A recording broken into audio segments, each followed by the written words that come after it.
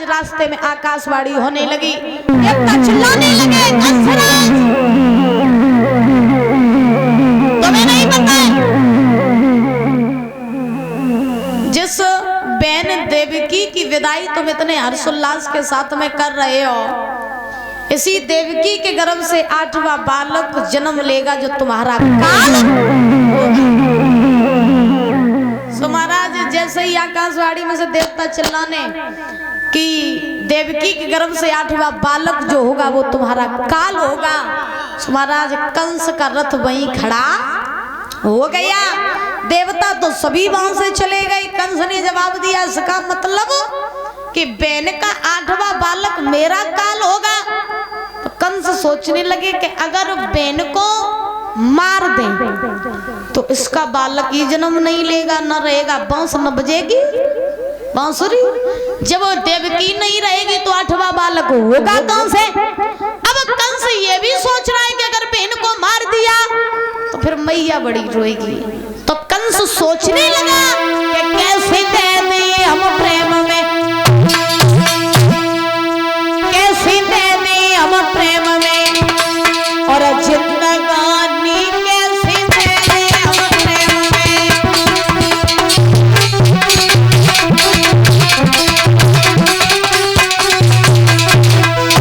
कंस विचार करने लगा कि बहन के प्रेम में अपनी जिंदगानी दांव पर थोड़ी न लगाई।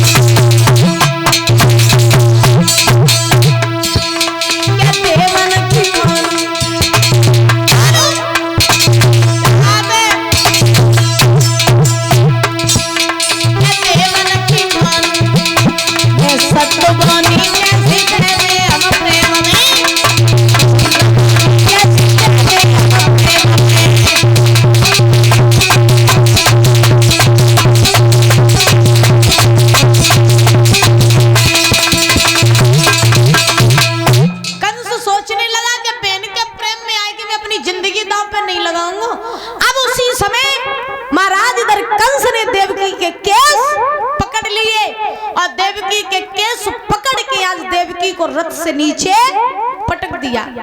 जब महाराज कंस ने देवकी को रथ से नीचे पटका, म्यान में से तलवार निकाली, जवाब दिया, देवकी मैं तुझे मार डालूंगा, तुझे जिंदा नहीं छोड़ूंगा। अरे जिस बहन को मैंने पाला पोसा पढ़ाया लिखाया, इतना बड़ा किया, इतना लाड़ प्यार किया, और तेरे गर्भ से 8वां बालक जो होगा वो मेरा काल होगा, मैं तुझे मार डालूंगा। कंस तलवार लेकर के खड़ा हुआ है। वसुदेव जी ने तलवार पकड़ ली। जब वसुदेव जी ने तलवार पकड़ी, कंस कहने लगे, छोड़ दो वसुदेव जी, मैं इस बहन को मार डालूंगा। वसुदेव कहने लगे, सुनो कंसराज, ये बताओ कि तुम्हें देवकी से डर है या उसके बालकों से? कंस कहने लगा, मुझे तो बालकों से ही डर है। तो वसुदेव जी बोले, अगर बालकों से डर है तो तुम ऐसा करो कि देवकी को छोड़ दो, इसके गर्भ से जो भी बालक जन्म लेंगे वो बालक मैं सबसे पहले तुम्हारे पास में लाऊंगा, फिर चाहे तुम उन्हें छोड़ देना या फिर तुम उन्हें मार देना, लेकिन देवकी को न मारो। तो आज कंस जानता था कि वसुदेव जी कभी झूठ नहीं बोलते। तो महाराज आज वसुदेव ने देवकी को छोड़ दिया। जब वसुदेव ने देवकी को छोड़ा तो वसुदेव ने कहा, सुनो मैं तुम्हें, कंस ने जवाब दिया कि सुनो वसुदेव जी, हम तुम्हें और देवकी को पुनः बटेश्वर में नहीं जाने देंगे। तुम दोनों मेरे पास में रहोगे, जो मैं तुम्हारे ऊपर निगरानी करूंगा। उसी समय महाराज कंस ने देवकी वसुदेव को पकड़ लिया और पकड़ करके उन्हें मथुरा की जेल में डाल दिया। अब श्री सुखदेव जी समझा रहे हैं, राजन परीक्षित, देवकी वसुदेव जो है वो मथुरा के कारागार में रहने लगे। धीरे धीरे समय व्यतीत हुआ, देवकी ने जेल में गर्भ धारण किया। और जब गर्भ धारण किया है देवकी ने, तो देवकी के गर्भ के जब 9 मास पूरे हुए तो देवकी के गर्भ से एक बालक ने जन्म लिया। जब एक बालक ने जन्म लिया तो देवकी ने बहुत खुशी मनाई। वसुदेव ने जवाब दिया, देवकी ज्यादा प्रसन्न मत हो, क्यों? क्योंकि मैंने कंस को ये वचन दिया था कि तुम्हारे गर्भ से जितने भी बालक जन्म लेंगे वो सारे बालक मैं कंस के पास में पहुंचाऊंगा। ये बालक तो मुझे दे दो।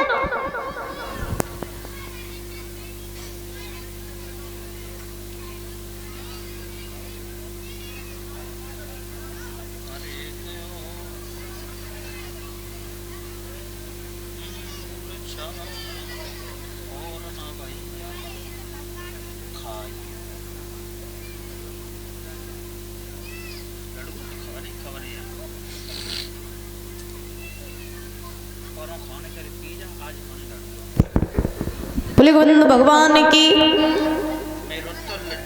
तो श्री सुखदेव जी समझा रहे हैं, राजन परीक्षित, वसुदेव जी ने जवाब दिया, देवकी इस बालक के मोह में तुम ज्यादा मत पड़ो, क्योंकि मैंने कंस को वचन दिया था कि तुम्हारे गर्भ से जितने भी बालक जन्म लेंगे वो सारे बालक मैं कंस के पास में पहुंचाऊंगा।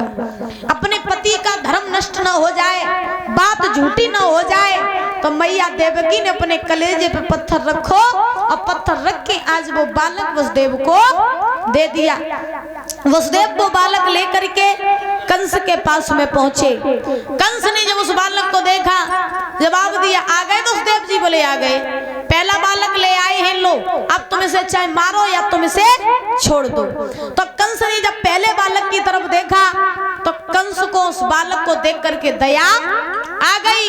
कंस ने जवाब दिया, ऐसा करो तुम पहला बालक ले जाओ और जब 8वां बालक जन्म ले तब तुम मेरे पास में ले आना। उसी समय आज कंस ने देवकी का पहला बालक छोड़ दिया। वसुदेव जी उस बालक को लेकर के देवकी के पास में पहुंचे। जब मैया देवकी ने अपना पहला पुत्र देखा, बड़ी ही प्रसन्न हुई, कहने लगी, वारे परमात्मा, मैं तो अपने भैया को ऐसे ही बुरा बोल रही थी, हे प्रभु मेरा भैया तो इतना बड़ा दानवीर निकला जो मेरे भैया ने मेरे पुत्र के प्राण दान में दे दिए। परमात्मा मेरी भी उम्र मेरे भैया को लग जाए। जब देवकी ने ऐसे वचन कहे, इधर नारद जी को नहीं चैन पड़ो, नारद जी को चैन नहीं पड़ो महाराज। नारद जी सोचने लगे, वाह वाह, अगर कंस को ऐसे ही दया आती रही तो भगवान को आने में देरी हो जाएगी, क्योंकि जब तक इसके पापों का घड़ा भरेगा नहीं तब तक फूटेगा नहीं।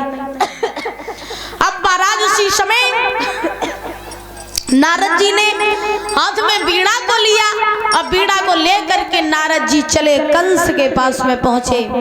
कंस ने सुंदर से आसन पर बैठा लिया नारद जी को। कंस कहने लगे, कहो महाराज का मथुरा की रास्ता भूल गए? नारद जी बोले, नहीं नहीं कंस, में रास्ता तो नहीं भूला, मैं इधर से गुजर रहा था, सोचा तुम्हारे हालचाल लेते चलूं। लेकिन ये बताओ, जब मैं पहले आता था तब तुम बड़े प्रसन्न दिखाई देते थे, अब जब हम आए हैं तो तुम इतने उदास क्यों हो? तुम्हारी काया ये कुमलानी हुई क्यों है? और जवाब दिया है नारद जी ने कि ओ कंसराज, अरे दिन दिन तेरी अरे क्यों न था बिगड़ती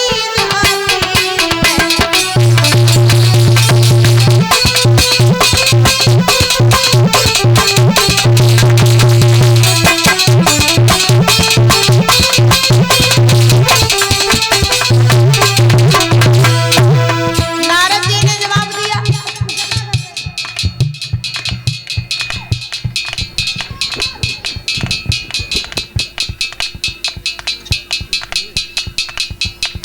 कहां से आए?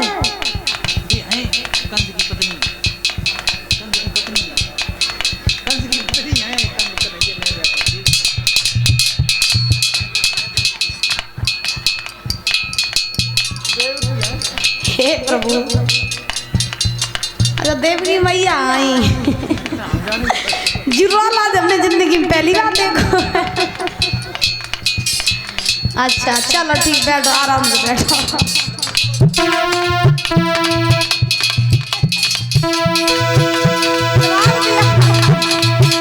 नारद जी कहने लगे कंस से,